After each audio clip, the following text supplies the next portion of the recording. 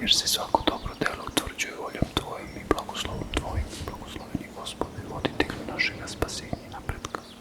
Blagoslovi stoga, Gospode, da ovaj rad naš uspešno privedemo kraju i završetku, na slavu svetoga imena Tvoga i na spasenje duša i tela naših.